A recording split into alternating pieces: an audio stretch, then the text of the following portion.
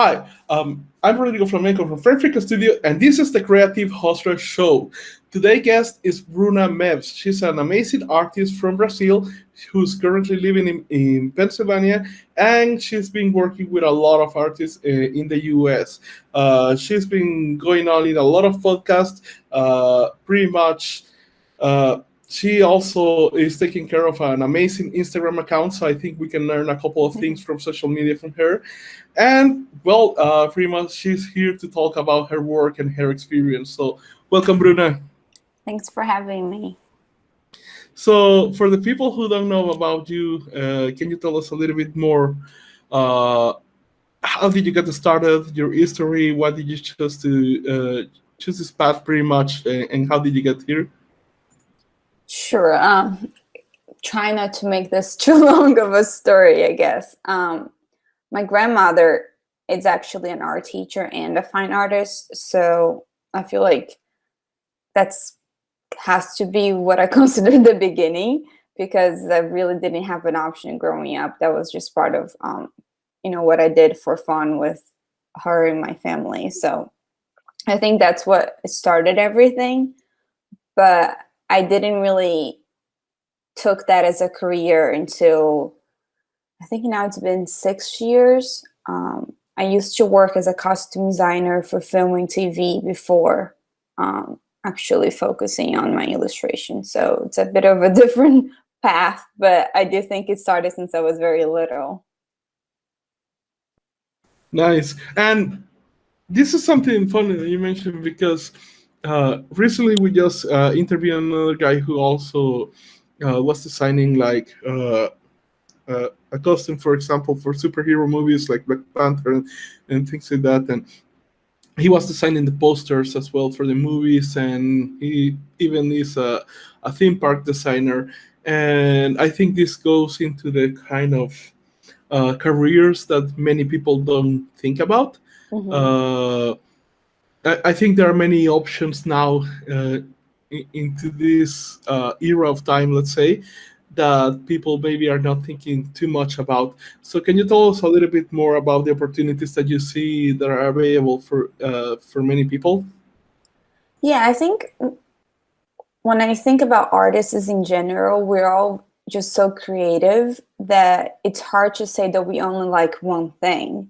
And I think even though you might start drawing as a kid, it doesn't mean that that's the only outlet to, I guess, be creative. So you can put your creativity in pretty much creating anything. And I think for me, costumes was just, especially because we watch so much TV and things like that nowadays, that it's just hard not to think about that as into a creative outlet. Even when I started drawing, I always just wanted to draw clothes and especially clothes for movies, because it's where you can get really creative and not be limited where you're going to wear that outfit. So I think if, especially for somebody that is listening, that it's still in the beginning stages, it's kind of like it goes much broader than just being a painter or an illustrator. I think you can see being a creative person into so many outlets. And I think the entertainment industry is a great way to try something different, like theater and film and TV. And they want people with all kinds of talents. So, especially nowadays with the internet, it's so easy to just do a quick search and you see like there's so many different things that you can be creative at. So it's definitely worth taking a look at more than just, fine art. Yeah, definitely. Even now, like I think there is a missing piece of information, let's say, especially in Latin American areas. Even though we have the internet and we have most of things out there, uh, let's be honest. Like the most useful information I think is out there is in English, and once it's been translated to Spanish or Portuguese or something like that, it's usually 1 year later. Like it takes a lot of time to get to or native languages. So, can you tell us a little bit more about the importance that, let's say, for example, something that many think as basic as English, how has helped you to pretty much get opportunities and get to the point that where you are right now? Yeah, that's a big topic, I guess, especially because we're both not from America and we're making this in English. um, but yes, I think the most amount of information out there is definitely still being published in English. And if you're not able to understand the language, I do think you have a little harder time getting the same information that we can get. And even though I've been living in America for 10 years now, so I'm not really in a position of somebody that it's, if I was still in Brazil, I don't even know if I would be where I'm at right now, because I do know that it's very different over there. Even schools and colleges don't have the same classes and courses that we have it over here. So you have to do a little extra homework if you are not, in America. So, and especially if you're not able to speak English and you're not able to just order the books or listen to the podcasts, I do think it's a little hard, but it's still possible. Especially we have to take responsibility, I guess, that there's nothing we can do until we are in a position to research ourselves. And I think, thank goodness for the internet nowadays, that helps. But I do think it's definitely still a challenge. And I only see this challenge getting a little smaller by people either doing more content in other languages or more people just learning English. So I do think the fastest way right now probably would be just try to either get somebody that does understand the language and can translate it for you until you're able to understand it for yourself. And if it's something that is written, you can just translate it on the internet.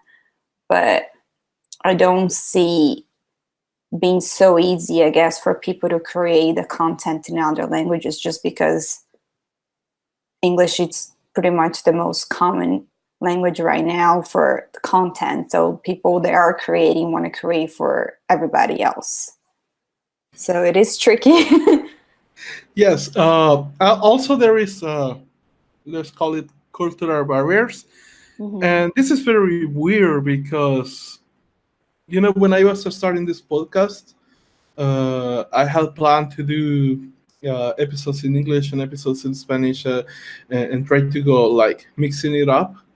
And the thing that I found out really quickly was that many people that I reached out, for not saying all of them, especially in the beginning in Latin America, like they were all saying no to me. Some of them became like, I just reached them out with an email, like trying to see if they were interested, and they came back to me really aggressive, kind of like using profanity and all that. It's like, wow, Really? like where this came from, and it took a while, but the first person that said yes to the interviews that was from Latin America was from Brazil as well. Two guys, Amanda Duarte and Gustavo Lima from Limetown Studios.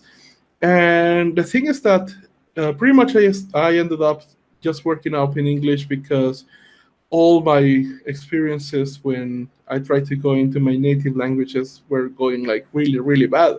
And it was funny for me to kind of see this happening because like if you see in the first episodes that I have, like I have what many will consider very big people in the animation and illustration industry and things, and artists. Like I had Tom Moore, who had won an Oscar, and they gave me no problem. I just sent an email and they were like, yes, like very supportive.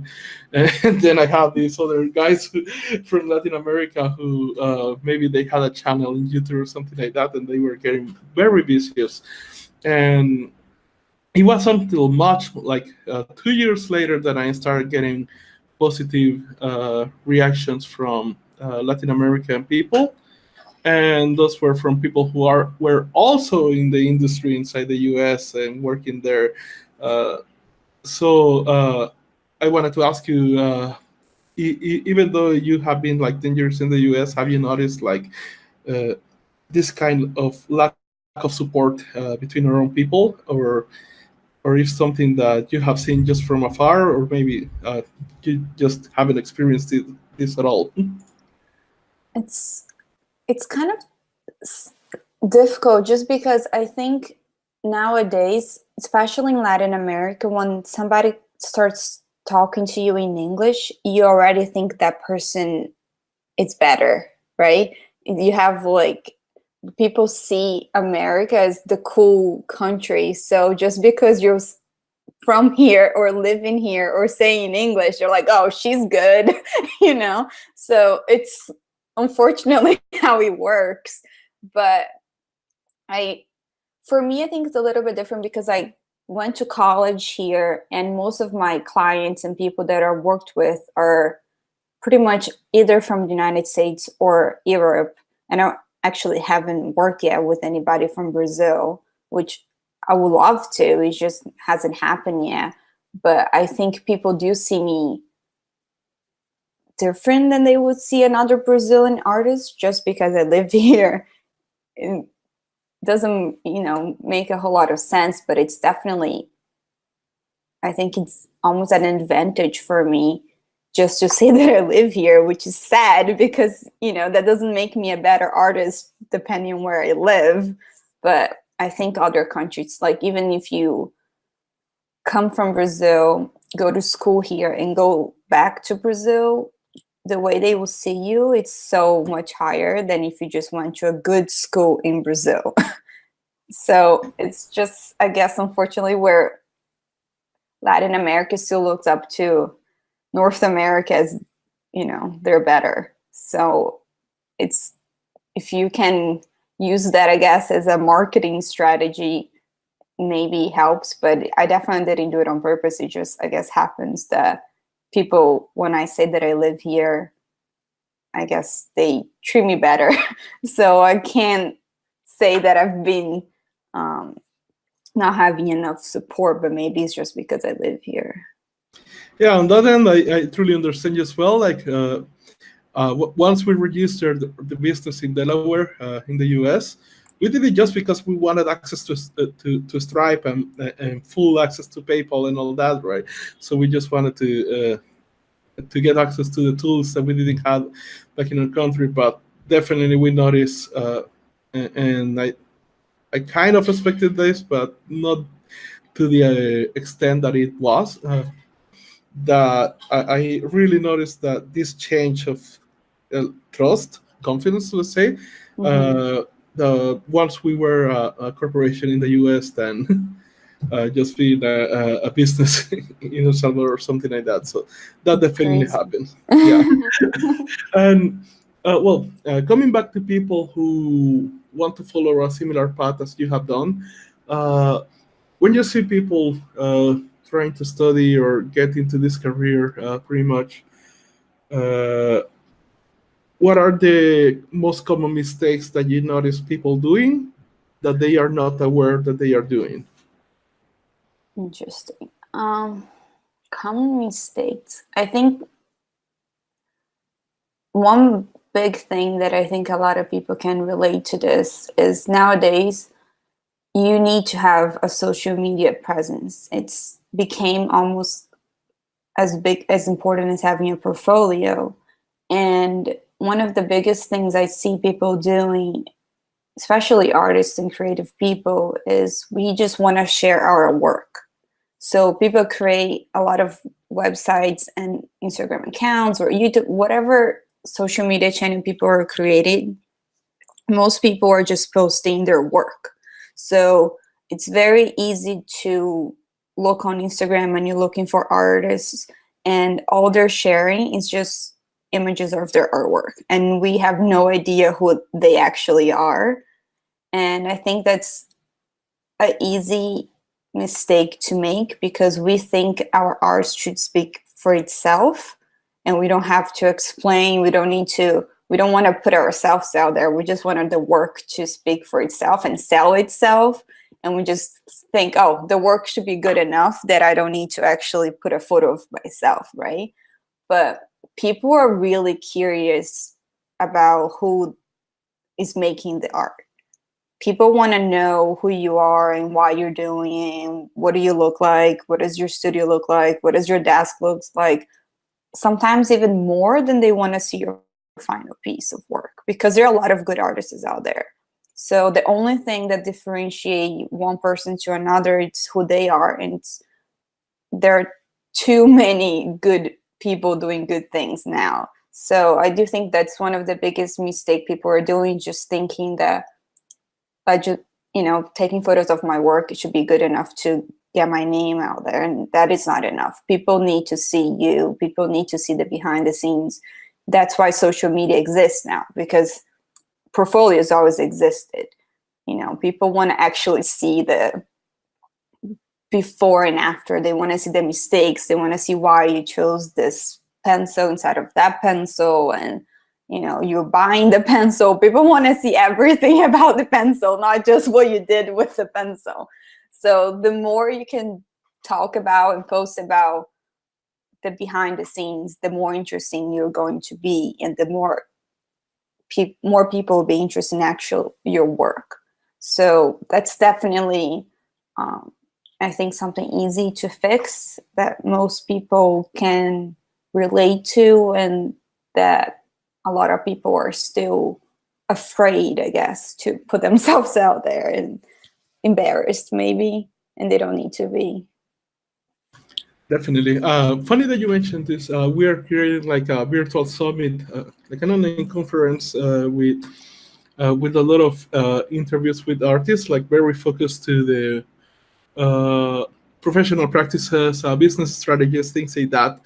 And something that in the last interview we had for their some the person that we were interviewing told us that he noticed that the sketches and the processes of him doing the work got so much better results than his finished piece.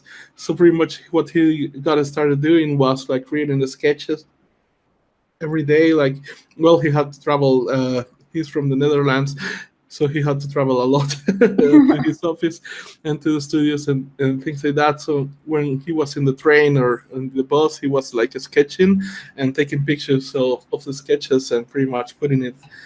Uh, his name is Anthony Coffey, the artist. So pretty much he was putting it onto the Instagram, and he started noticing that, as you say, the processes, how you did the stuff, all these kinds of things were like giving so much better results than when he put out like the finished piece.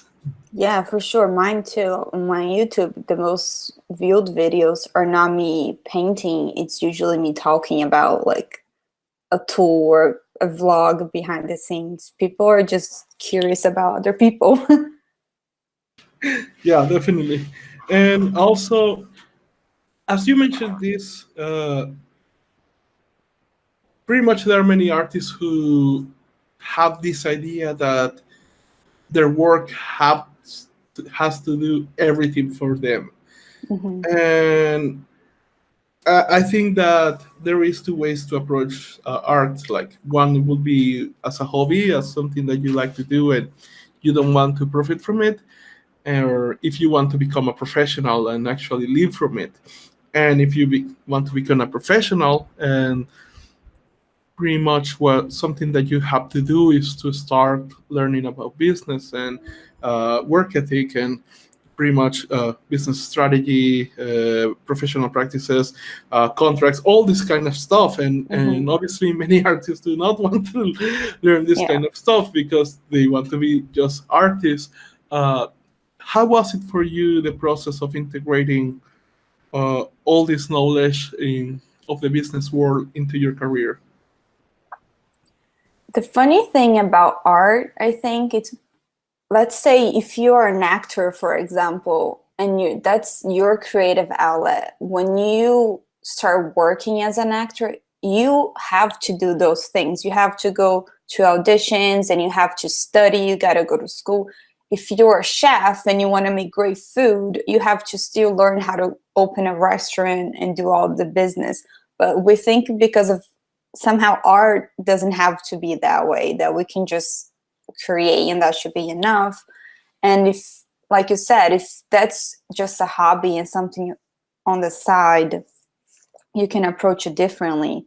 But I think the goal is always to get people to see your work. Nobody wants to create something and just bury the work. And, it's hard to not want people to see what you've been putting so much work on.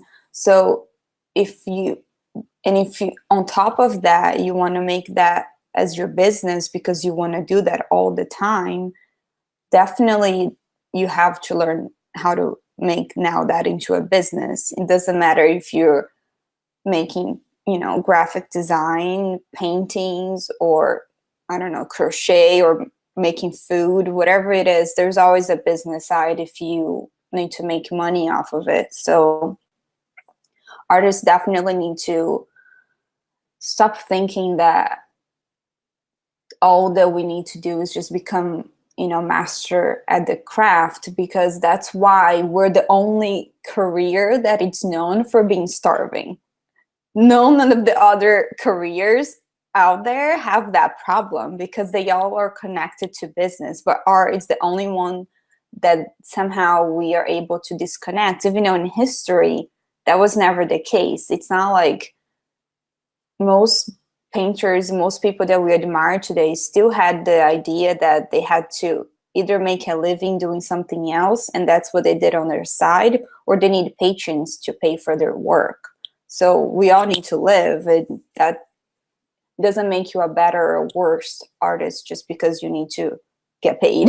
You need to eat food. So if you're able to dedicate part of your day or part of your time to learn the business side and marketing, it only can help you be able to later on do more art. So I think it's changing a little bit now, but I also do think it comes from art schools that don't teach this. And I think then you finish school and then you realize, oh, I had to do that too. Why didn't they tell me this then?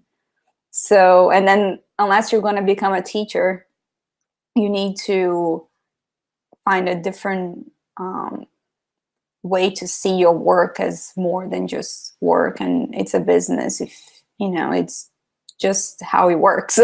It's not a choice.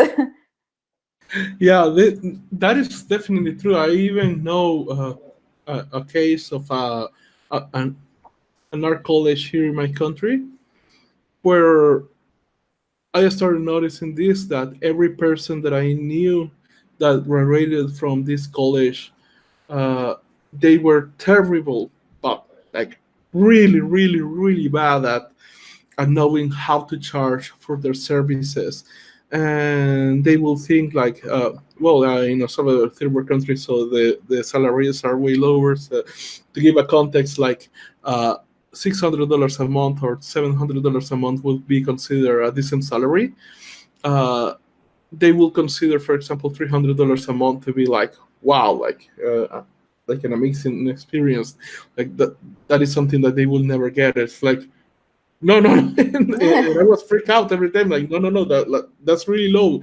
Like, you should be trying to aim like at least 2 times more, 3 times more data. But they were really close-minded about it. And then I started noticing as I met other artists that every time that that I knew that they were graduated from that college, they all had the same problem, and they all had to go in this 3-year period of trying to break down from their minds. And when I started like figuring out why was this happening, I found out that this college itself had a lot of practices to punish students if they wanted to charge for their art. So they could even, for example, they had this thing where they had to do professional practices, and it all had to be free.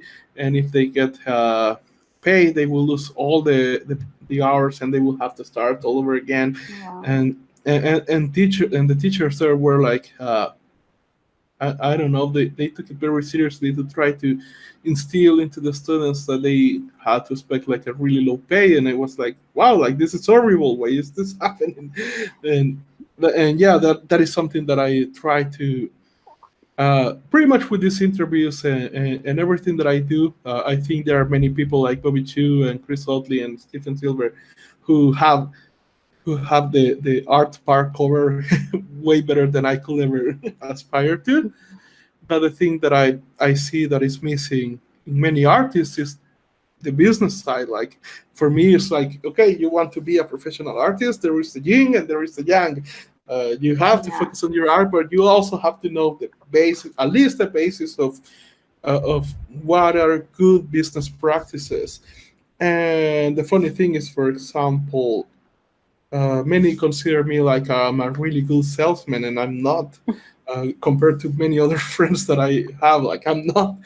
But I just tell them like this is just the difference that it makes to know the basis. Because if you know the basis for selling, then you immediately become so much better than everybody else who doesn't know the basis for that. And if you know the price points and all that and how to negotiate, and there is very special techniques to do that, and they are very simple. Like if you know these things and they are very basic, then you can do a lot more than somebody who doesn't know about this.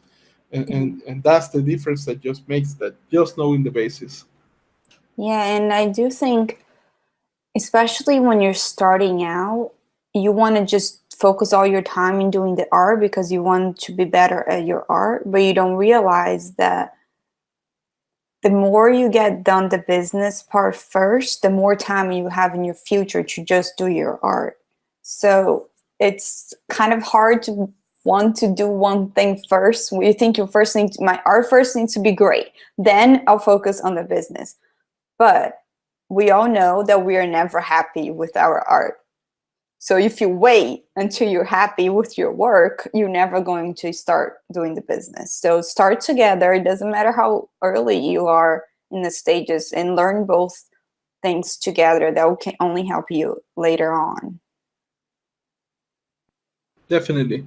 And say, for example, when you have a lot of work and you feel like very overwhelmed, very unfocused, what do you do to get back to your center and get back to normal? Yeah, difficult question.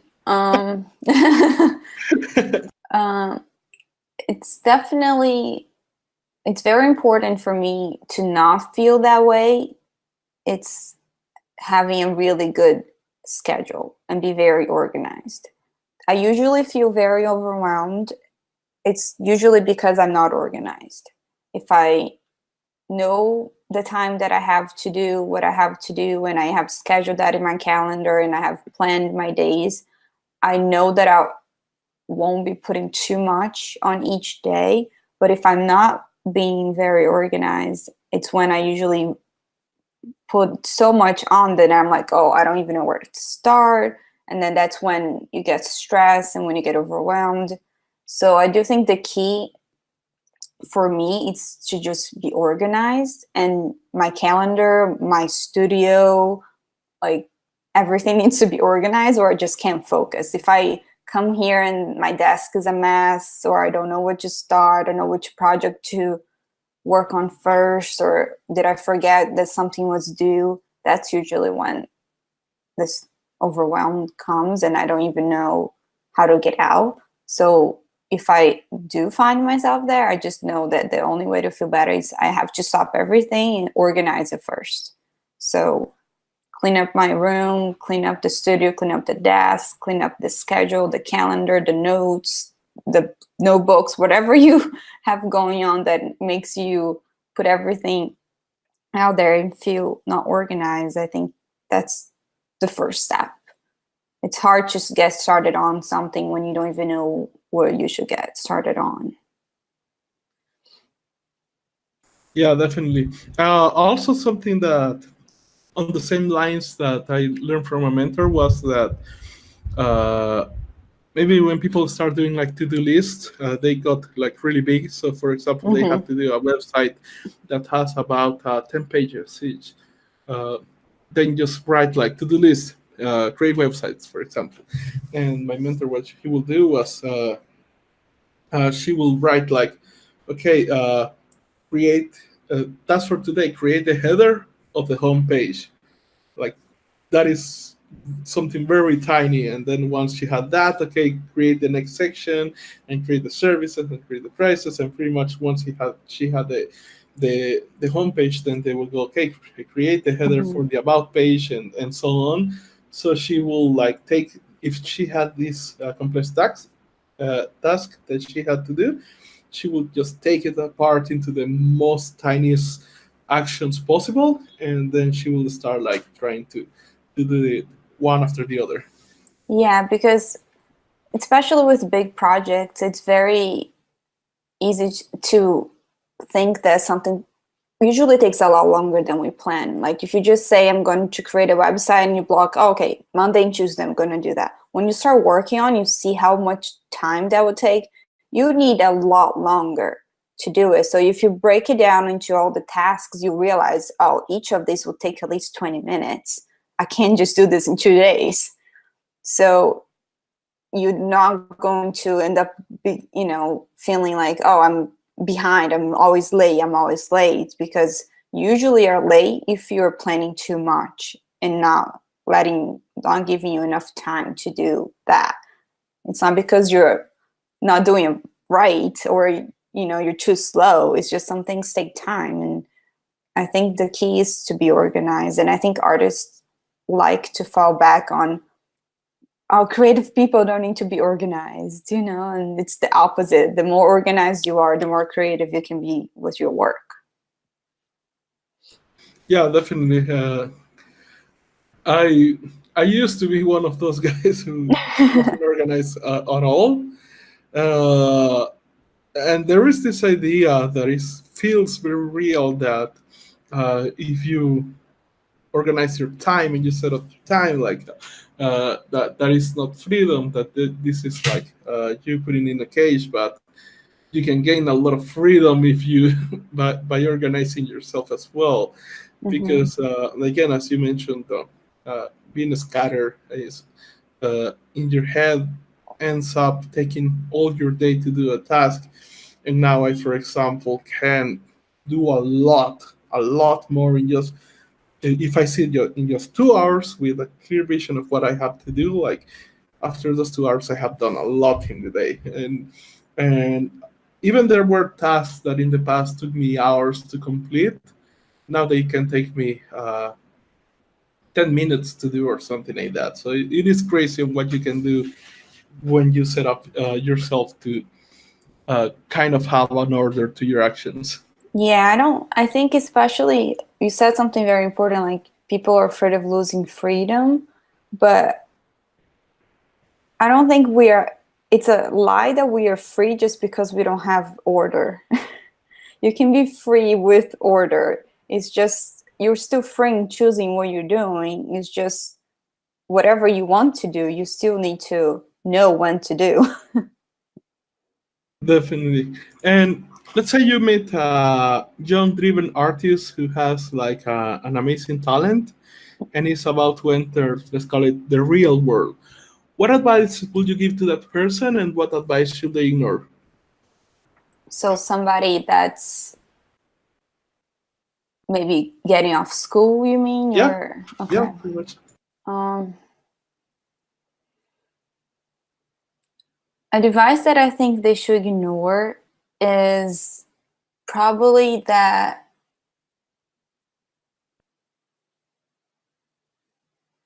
it's kind of hard, but a lot of people will tell you that it's going to take a long time. I think that's not right. It could take a long time, but it could also be very fast. So I don't think people get really attached to the idea that something to be good needs to take a long time. And sometimes that's true, but that's not a necessity. Something can also take a long time and not be good. So I think you shouldn't be so focused on you're new at this and that you need years of experience to be good, or that you need years of experience to charge more. You can, depending on your work, you can come off school and already be working with the pros. Especially in art, your experience is not as important as the quality of your work. You could be somebody that has been working for 50 years on something and still not be good at it. And you can be a kid that is just very good at something. So focus more about improving yourself than just how long you have been doing it. When you tell people, when you go to an interview or when you're about to get hired for a job, you don't have to say that, oh, I'm very new at this, I know I don't have the experience. Just say, I'm going to work, I'm going to give my best, I'm going to do everything that I can to get this done for you, right? And that's a lot more important in the art world than how long you've been drawing. People don't care if we started at 5 years old, at 15, or at 30. You can be very good at any age. And I think an advice that I would give to them is, on top of being organized, because I think that's very important and people take it very lightly, it's just not being afraid of sharing your work. Don't wait until you think your work is very good to share. It's okay. Share when it's bad. Share when it's in the beginning, and learn to be okay with not being good. Learn to be okay with getting critiques and people not liking your stuff or people saying mean stuff, because it's going to happen pretty much your whole life. Even when you think your work is good, you're still going to get people that don't like it. So learning the skill of being okay with being criticized and putting yourself out there and being vulnerable, I think it's very important, especially nowadays with social media. So it's okay. Put it out there. Say, I know this is not good, but I want to share it anyway. Yes, you mentioned something there as well, that people have this idea that this thing has to take a long time or something like that. I definitely agree with that. I've seen many, many, many, many artists who go into this kind of philosophy without even knowing it, and there are some even more crazy. For example, I help a couple of friends to kind of contact their, let's say, their idols, their favorite artists, and get advice from them, and they got it. And for example, there was one case that uh, this person had contacted like guys working at Disney and DreamWorks and Pixar and all that, and they were all telling them like, your portfolio is good enough, like you just have to do these two pieces, and everybody's like telling her, these two pieces, just do these two pieces and send the portfolio. Like you don't need the college title, you don't need anything. Like you're going to be hired just by your talent. And the funny thing is that even when she had all that, like she didn't take action. And I was like, hey, what about the two pieces? Oh yeah, I have to think about them. And it's like, no, I know that you can draw fast. Like you can do 1 week one piece, the other week the other piece, and send them portfolio. And it's like, no, I have to think very well about this and all that. And it was all these kind of excuses. And then she went into thinking about getting into debt to going to a college into the US and it's like, you have all these people telling you already, like, you don't need this. You just have to do these two then drawings and send another portfolio. Like, what? and yeah, it was like a big block. And something that I told people is like, look, like if something is worth it, like it's going to be like hard to achieve. Good, okay, it's going to be hard to achieve, but let's not make this harder than it should be. Yeah. Because even if it is hard, it's probably not going to be as hard as you think it is. Yeah, definitely. And at one point, it has to be done, right? Yeah, and this is something I think I see a lot of artists get too emotional. And there are some, when you get into the professional world, like there is some things that, like, it's not about emotions, it's not about you think, it's just about you, like all the emotions, all the thinking, whatever you feel inside or you're thinking inside, all that doesn't matter. The only thing that matters is that you sit and you do the work. Like it's funny because artists think whatever we're doing, it's different and special, right? But think about a brain surgery. Like, brain surgery sounds like the hardest thing in the world, and you never want your surgery to come to the day of the surgery and say, I'm not feeling good, or today I'm going to stay home, today I'm not inspired, today, you want them to be professional and be on time and do what they're supposed to do. And art has to be the same way. We can't wait until the whole world is perfect for us to do the work, or we're never going to do it. It's never going to be perfect. It's never going to be a perfect day with inspiration, great light, no sounds, with time, and it's just not real. And it's like that with every other career. Art is just another thing we humans do. Has to be the same way. Yeah, and the other thing that I've been finding about a lot as well with artists is that, for example, like I'm giving them a lesson, and even though they understand the lesson, it's like they want this moment where they get this epiphany inside of their head, Yeah. and so they can internalize the lesson. It's like, no, you don't need to wait. I just gave you the lesson. Like, use it. Like, Yeah. this took me a lot of years to find out. Like, save yourself the time. Yeah, it's this whole dream that you're going to have a magical thing light you up and give you the best idea, or make you all of a suddenly feel something. I never felt that. It hasn't happened to me yet. Sometimes my best work came after just doing 10 works that were not good. It's Yeah, just, pretty much. yeah, it's just, that's how it works. That's the only way to get to the good one, and going through the bad one. So Yeah, pretty much. I agree with that as well. Also, on the past, have you ever had a failure, let's say, an apparent failure that has set you up for success in the future?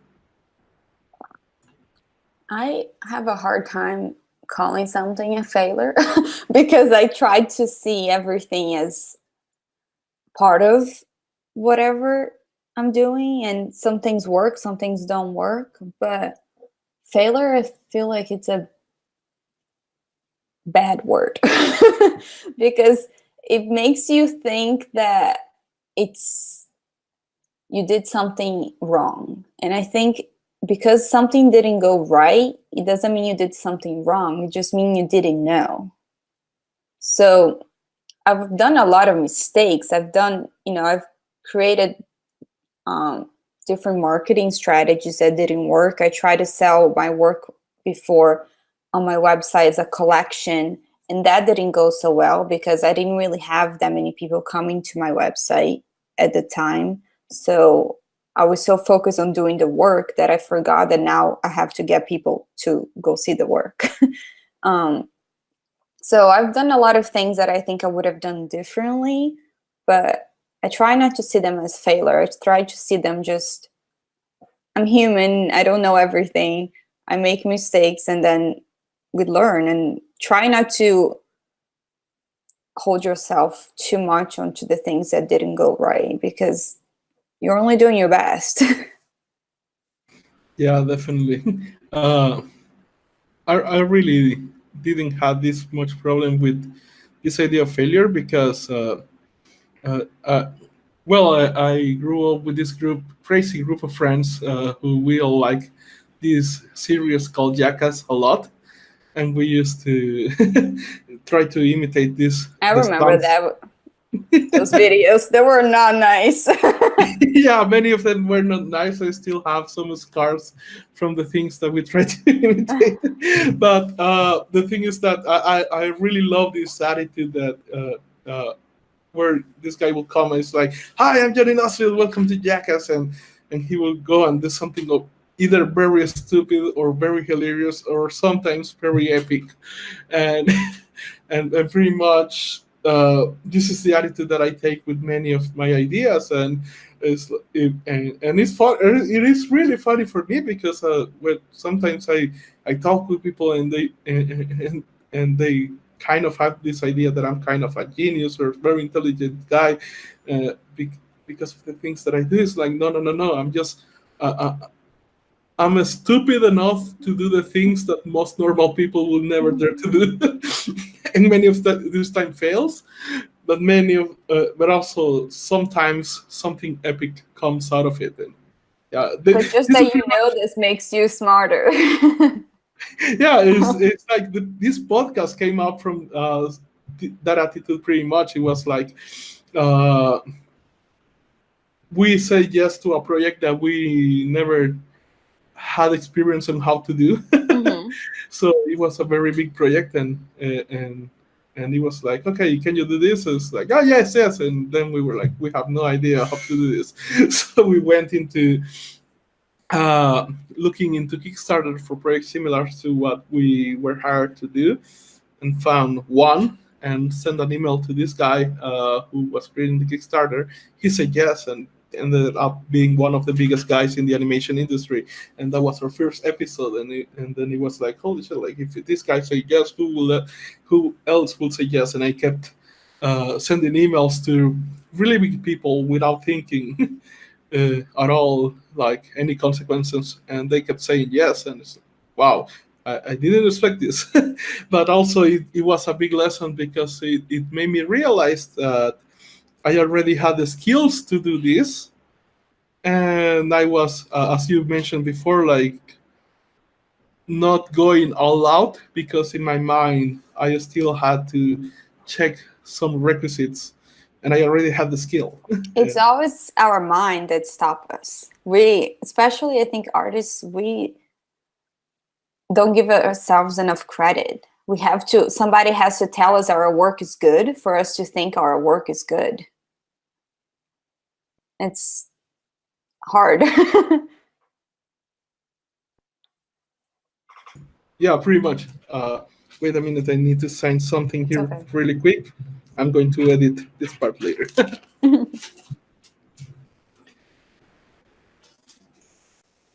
Anyways, I'm going to ask you a really hard question here. Let's say you They were all hard questions. Well, this one is even bigger. Okay. Let's say you wake up tomorrow in a different dimension, and everything is the same. You have your house, you have your tools, your skills, knowledge, but you don't have your art, you don't have any of the work that you have done, and nobody knows about you, and you have $500 in your pocket. What do you do to get back to this position, professionally speaking, as soon as possible? Oh, wow.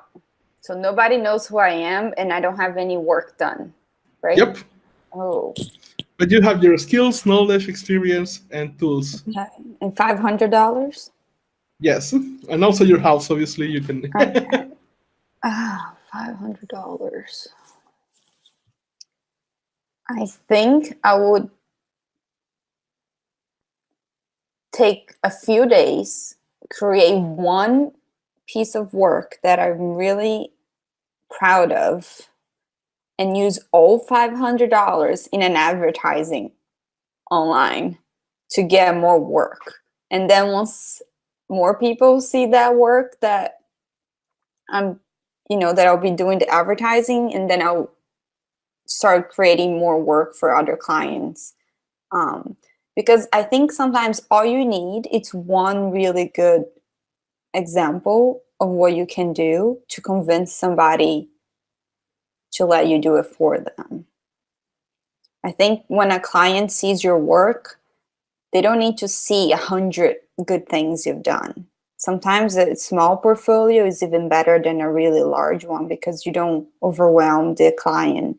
So I think a lot of people think that they need this crazy amount of things to show that they're done enough. And sometimes you just need 5 pieces on your website sometimes, and maybe 5 pieces, and then show 5 photos of how you've done, 5 videos of how you've done. Sometimes that's more important than just 50 pieces that are done that are not even that good because you're just trying to rush it. So I think it's tough, but I think you can definitely get back on it as soon as possible if you focus on just creating a few things and then use all the money for advertising, because nowadays all you need is just one art director to see your thing online. And with so many artists out there, the ads still work. Yeah, definitely. Also, before we end this interview, I see that you have created a coloring book about the Olympics. Can you talk us a little bit more about that? Yeah, that maybe be one of those things that I was talking about that I didn't think about it. I just did it. It was a few months before the Olympics were happening in Brazil. I think that was what, 3 years ago, 4 years ago now. I don't know, maybe more. And I had this idea, and I thought I think it was like 4 months before the Olympics were actually happen. And I do this with a lot of things. So I had this idea, and I just decided that I'm just going to give it a try. And I don't have that long, but if it doesn't work, it doesn't work. But it worked. I mean, the response was really good, and people realized that a lot of coloring books at the time were meant for girls and meant for like flowers and things like that. And there weren't that many for actually people into sports, or more like for little boys or that kind of thing. And I wanted to create something that made art feel like it's okay for everybody to do.